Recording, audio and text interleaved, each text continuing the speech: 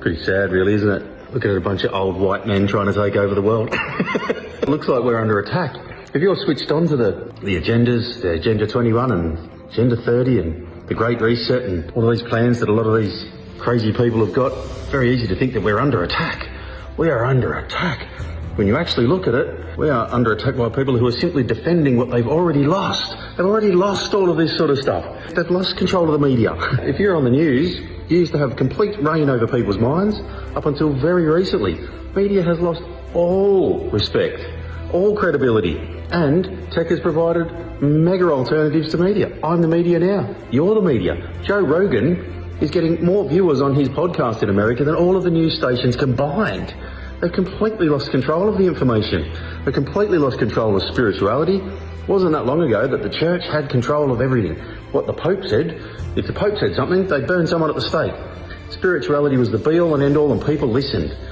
Lost control completely of spirituality. That's why they're trying to create new ones in this environmental cult and some of these other things, and this vax cult, trying to create other spiritualities because they don't have control over the classic ones.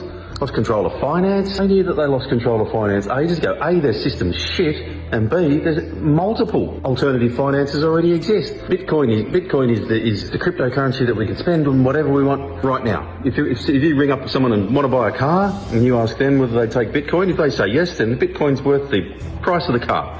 So Bitcoin's already a currency, but there's multiple cryptocurrencies that are easily transferable with no middleman all over the world. Instantly, I could pay him with Ethereum and any of the other ones that he agreed to as well. There's multiple currencies and there's no middlemen. They used to be the middlemen between everything. Now they're the middlemen between nothing, and they know it. This is a mad scramble of people taking what they can while they go down the gurgler. We are not under attack. They've lost control of leadership completely.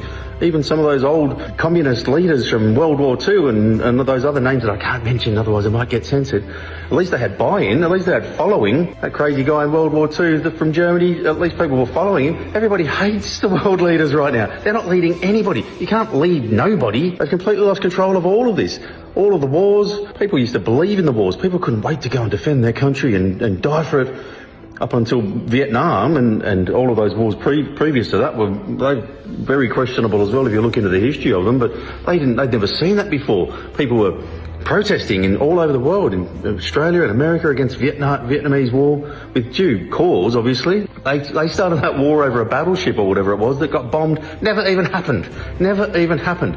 People know that now. People know they didn't land on the moon. People know that 9/11 was a farce. They never found any weapons of mass destruction. Nobody trusts these people for a pinch of fuck.